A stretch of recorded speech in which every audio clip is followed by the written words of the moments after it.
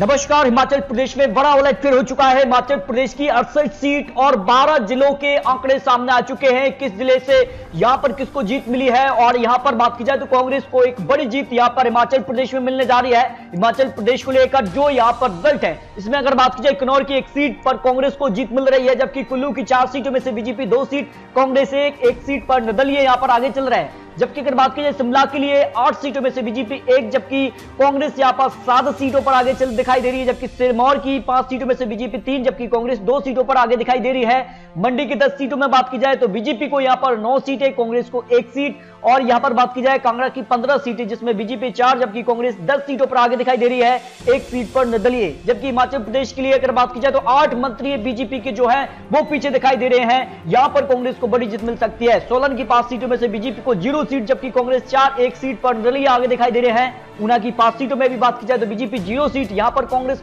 सभी 5 सीटों पर क्लीन स्वीप करती नजर आ रही है। जो आंकड़े बन रहे हैं, चांबा की 5 सीटों में से बीजेपी को 4 सीट, कांग्रेस को 1 सीट जा सकती है। हमीरपुर की 5 सीटों में से बीजेपी 1 सीट, कांग्रेस को 3 सीट, और अगर बात की जाए तो 1 सीट पर निर्दलीय आगे दिखाई दे रहे हैं। हिमाचल प्रदेश के लिए कुल्लू 4 सीटों में से बीजेपी 2 सीट, कांग्रेस को 2 सीटों पर यहां पर बराबरी की टक्कर है। बिलासपुर की 4 सीटों में भी यहां पर बीजेपी कांग्रेस में बराबर की टक्कर देखने को मिल सकती है। 1 सीट के आंकड़े यहां पर सामने आ रहे हैं। जज्बा परागपुर में यहां पर भगवा फहरा रहा है, जबकि धर्मशाला में कांग्रेस आगे दिखाई दे रही है। ज्वालामुखी में कांग्रेस, पालमपुर में कांग्रेस आगे दिखाई दे रही है, करसोग में बीजेपी, मंडी में बीजेपी, नदौन में यहां पर कांग्रेस, जबकि घुमावरी में भी कांग्रेस आगे दिखाई दे रही है। जो यहां पर रिजल्ट बन रहा है, जिसके अगर बात की जाए तो काफी आगे अब कांग्रेस ये हो चुकी है। हिमाचल प्रदेश के लिए सिरमौर की 5 सीटों में बीजेपी 3, कांग्रेस 2 सीटों पर, स्पूति की 1 सीट पर कांग्रेस आगे दिखाई दे रही है। इस तरह से अगर बात की जाए तो कांग्रेस काफी आगे दिखाई दे रही है। हिमाचल प्रदेश की 68 सीटों में से बीजेपी 27, जबकि कांग्रेस 38 सीट, यानी बहुमत का आंकड़ा जो 35 सीट है उससे आगे निकल गई है कांग्रेस। यानी हिमाचल प्रदेश में कांग्रेस यहां पर